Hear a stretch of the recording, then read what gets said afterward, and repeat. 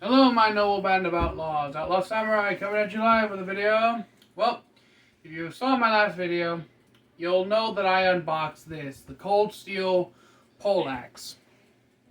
And kind of a review slash little bits and bobs of info that I found out after playing with this thing for about half an hour. But I would like to say I have a newfound respect for the warriors of the medieval era that trained with this weapon and became proficient with it. Because after about 5 swings of trying to cut down a small sapling to test this thing, my arms gave out. So yeah, this is not a weapon for the frail of mind or body. This thing is a monster. And I have hence named it Stormbreaker. Yes, I am a Marvel fan. This looks like Stormbreaker from the show, just with a smaller head. Deal with it. But in any case, well, Stormbreaker from Marvel and actually the comics as well, because Stormbreaker has the hammer and axe head. But deal with it. In any case, this is the review. I don't remember the specifics of this weapon, but I know the axe head and hammer head, which is one solid piece, by the way, is made out of 1055, like all of Cold Steel's weapon, all of Cold Steel's swords and knives and other such bits and bobs that they make. These langettes that are on the axe, which are these metal pieces, I feel aren't actually there for structural strength. They're just there to kind of look pretty and give this thing the traditional look of a poleaxe.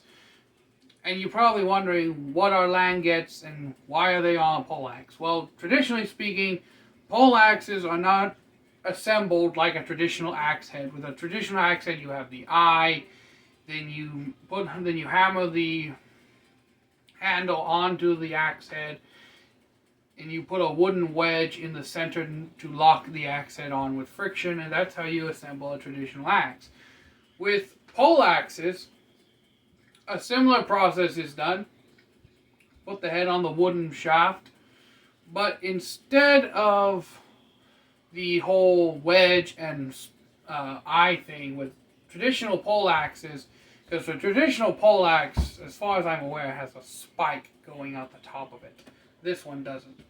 But in any case, traditionally, the langettes are made out 3 ways. It's either forged completely out of one piece of steel, which back in the medieval era, if you had a poleaxe forged with langet, forged complete, the entire head forged with the langettes as one solid piece, that smith would have been incredibly well sought after and in high demand to make weaponry, because he had the skill to do that kind of complex forging, and B, you'd probably be a nobleman or a high-ranking knight in the service of a lord or a king, because that kind of construction method would take numerous amounts of time, money, and skill to do. So one solid piece, where the axe and the langettes are all forged out of one solid piece of metal. The second way to get langettes the second way the langettes were attached to the axe blade was actually riveting them to the axe head itself. We all know rivets today. You put a metal rod through a hole and you hammer it over on itself. You riveted it to the axe blade, to which then the whole weapon head, the whole poleaxe head, is then riveted to the wooden haft as well. And I say haft as in the shaft of the weapon. Haft is the more traditional terminology as far as I'm aware. But in any case, that's the second way you have them secured to the axe head, and to all. Any way they're secured to the axe head, they're always riveted to the actual pole itself. But in any case, the third way is to have them forge welded on. And what forge welding is is basically like normal welding, but instead of using a welder, what you do is you heat up the two pieces of metal that you want to stick together. In this case, the languettes and the axe head. You put them on top of each other and you actually hammer them together under the intense heat. After you've risen them to forging temperature, you actually hammer them together. This causes the metal to bond to itself and such attach to point A and point B. But the languettes on the cold steel pole axe, I feel that they're simply just to give it the look of a traditional pole axe, because these actually came separately from the axe head. They all came in the same package, but the axe head and the languettes were separate. So I believe the languettes are mainly there just to make it look nice. You don't really need them. I put them on just because I thought it would look nice. But also, so quick little rant about languettes. The way this axe is put together is when you get the axe, you line the blade and the hammerhead up with the rounded edge of the grip. So this is the flat, this is the rounded part. You line the axe blade up with this face of the pole axe along with the hammer, and then you pound the head on until it's flush with the end of the shaft. After which you drill holes for these screws to go in and lock the axe head in place, which I personally don't really think you need to do with how tight the friction fit is with this head to this shaft, but I followed the directions as closely as I could. You'll notice that this protrudes. I got pissed off and nearly set my workbench on fire through the friction of trying to just ramble my way through screwing this in place. So I'm pretty sure I stripped the ever-loving fuck out of it. But, live and learn. If nothing else, I could always just like do a leather overwrap and make it not stand out, but I don't really give a shit. It's secured in two places, so that's good enough for me. But in any case, the axe blade and hammerhead are both made out of 1055 steel, if I haven't mentioned that already. It's a medium high carbon steel that cold steel utilizes a lot and has very good success with forging. Take note of the fact that I have 3 cold steel weapons now.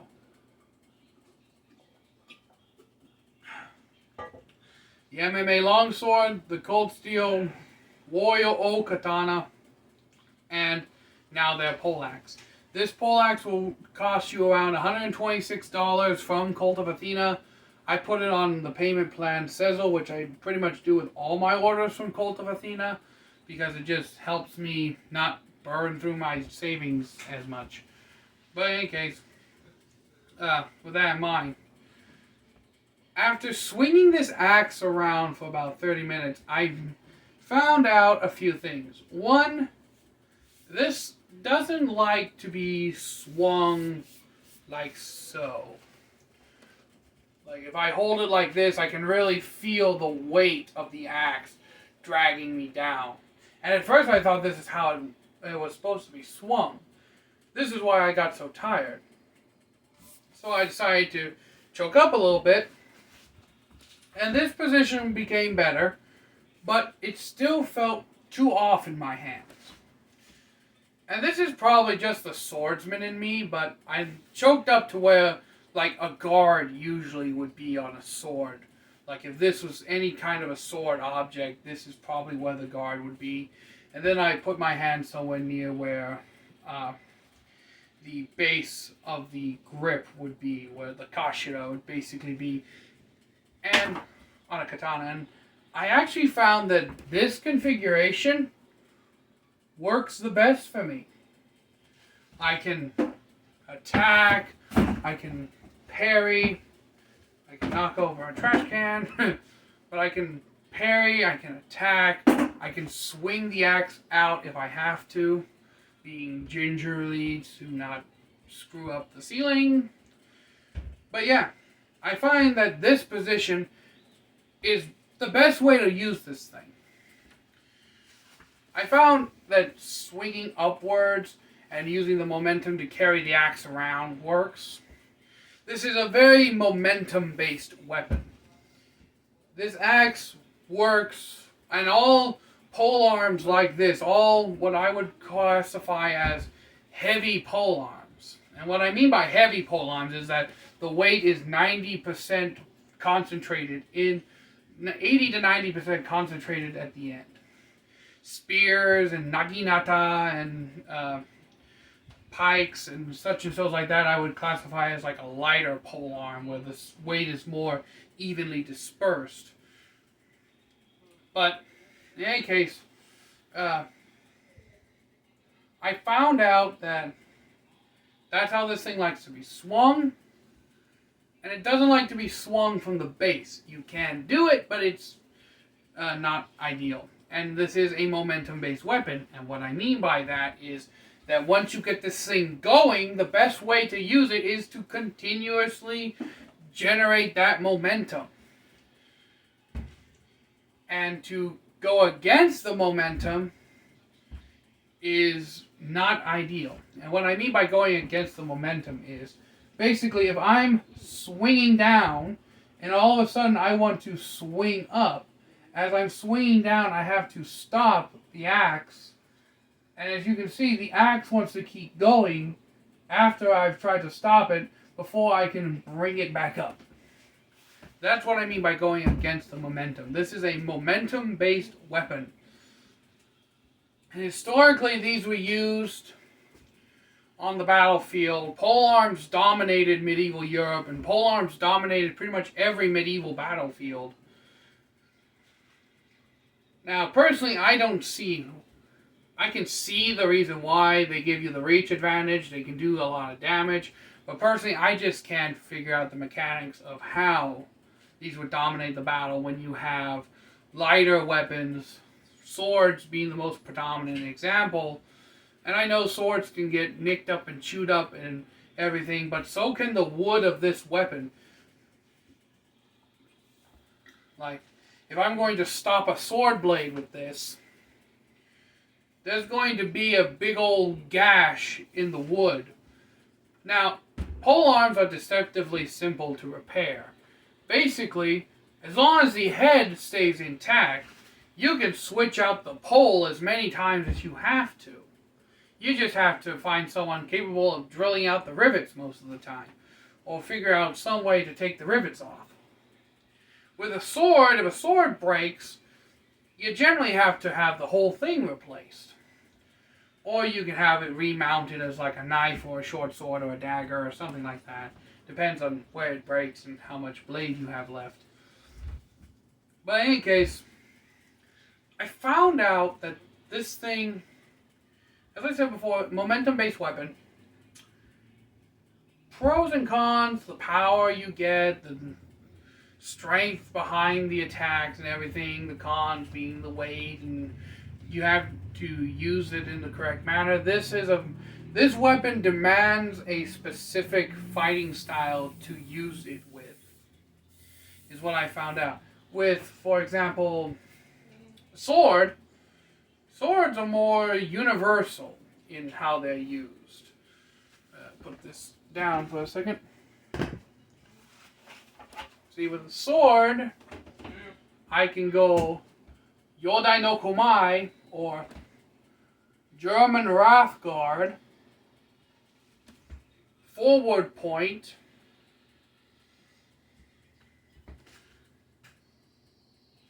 high guard,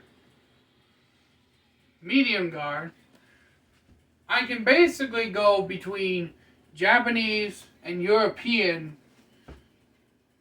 sword styles pretty easily. Sword styles are pretty much universally interchangeable. I can even do not so much with a curved blade, but I can even do like Chinese sword styles as well. Wushu or Jian or Dao styles as well. Katana, you can use a German Longmesser the same way you can use a Chinese Dao. The techniques for Chinese Dao can be transferred over to German Longmesser. Will they be as effective? No, because the Dao is specifically made to use Dao techniques, and messers are specifically made to use messer techniques, but the principle still remains the same, that swords can be universally used with different techniques and different fighting styles. Pole arms, on the other hand, are a little bit different. Now, spears are also a universal pole arm. You can use the same kind of a yari. A Japanese samurai can pick up a European boar spear and use it the same damn way as a yari, or a Chinese, I don't know what a Chinese warrior would be, but a Chinese spear master can pick up a Viking long spear and use it the exact same way as he would a Chinese spear. Spears are pretty much, as far as I'm aware, the only really universal pole arm. But if you were to give a samurai a poleaxe or Vikings, they'd most likely be able to do it because they probably just use the same style of fighting they would with an axe. Except they also have a hammer on this end for bashing. But in any case, if you were to give a Chinese soldier or Japanese samurai poleaxe, they would not be able to use it as effectively as if they were Vikings and Germans, because Vikings and Germans would have been more accustomed to seeing these. So my analogy may have a few holes in it, but the fact of the matter is the poleaxe is not a universal weapon, in my opinion, in the fact that it requires a certain set of techniques and skill points in order to use. Skill points as in the ability to control the inertia, to change it on a dime. I've seen some people use poleaxes on YouTube before, and they are a hell of a lot better than I am. I have no idea how to use this thing effectively. If I was in a fight, on the battlefield, I should say, in a one-on-one duel, I can pretty much get the gist of how this thing would work and how I could use it. But if I had to fight more than one opponent, I wouldn't pick this. If I had to fight two people at once, I'd pick the sword. Because this is the thing I'm more accustomed to. This is the weapon of my choice. Sword all the way. But I do like this poleaxe, and I do think it's worth the money you pay. It's very well, all the materials are very good quality, and I believe it is structurally sound enough for a lot of practitioners to use. And I may not be able to say this, but I do believe this would be a good beginner's poleaxe, especially considering the fact that it's not very expensive. And if you wanted to do like light sparring with this thing, I would assume you could always just take a file and grind off the edge and these points, or put like corks on the end of these points to kind of dampen the killing potential, like a big ass tennis ball on the other end of this thing to kind of keep it from star point bashing you in the skull. But yeah, I know I've rambled on about this, and this video's already taken up like 19 minutes, but I hope this has been informative. I hope you like this. I will be doing a video about how I found the best way to use this later on when I have more time. And I'm not so as I believe Matthew Jensen says terribly busy. But I will be using this sword. This is a sword now. You can just see the mighty distal taper. Well, it technically has distal taper if I hold it this way. Look how thick it starts there. It thins out to that needle point. But yeah. Personally speaking, this is not a weapon I would choose in a fight. But I do like it. And I suppose if it came down to it, if I had to choose, if I had no choice but to use this in a fight, I could. But I just don't feel confident taking on more than one person at a time with this thing. So, until next time, my noble band of outlaw samurai tells all y'all, be crazy rednecks, be safe and use your weapons. I'm out. Peace. I went for the head.